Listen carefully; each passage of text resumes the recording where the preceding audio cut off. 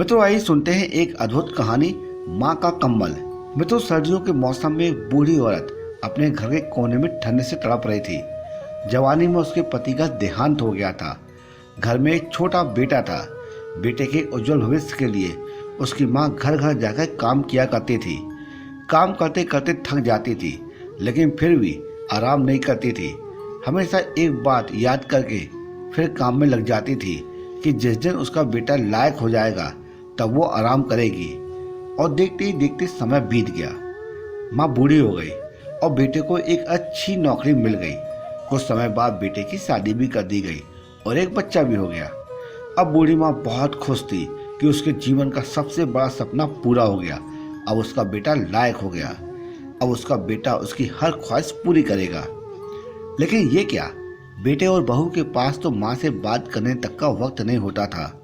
बस इतना फर्क पड़ा था कि माँ के जीवन में पहले वो बाहर के लोगों के जूठन बर्तन धोती थी, अब अपने बेटे और बहू के।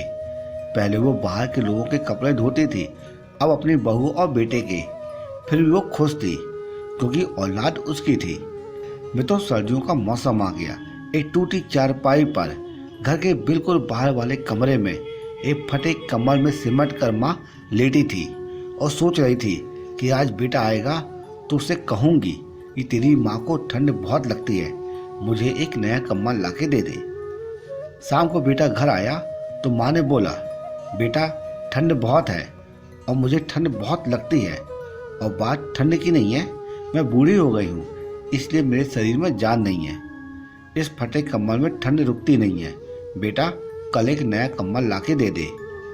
बेटा गुस्से से बोला, इस महीने घर के राशन में और बच्चों के एडमिशन में बहुत पैसा खर्च हो गया है। पोते को स्कूल में एडमिशन कराना है, कुछ पैसे हैं, लेकिन उससे बच्चों के लिए स्वेटर लाना है और तुम्हारी बहू के लिए एक शॉल लाना है। तुम तो घर में रहती हो, सहन कर सकती हो, हमें काम करने के लिए बाहर जाना होता है। सिर्फ 2 महीने की तो सर्दी है, इसे निकाल लो, अगली सर्दी में देखेंगे। बेटे की बात सुनकर माँ चुपचाप उस कम्बल में सिमट कर सो गई। अगली सुबह देखा तो माँ अब इस दुनिया में नहीं रही।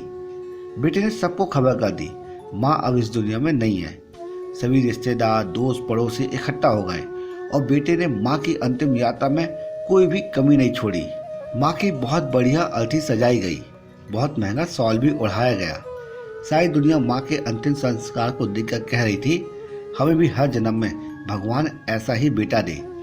मगर उन लोगों को क्या पता था कि मरने के बाद भी एक माँ ठंड से तड़प रही थी, सिर्फ एक कम्बल के लिए।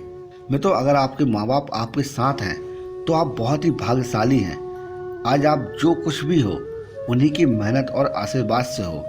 जीते जी अपने माँ बाप की सेवा करना आपका पहला कर्तव्य है, क्योंकि उन्होंने आपके लिए अपना पूरा जीवन दे दिया है।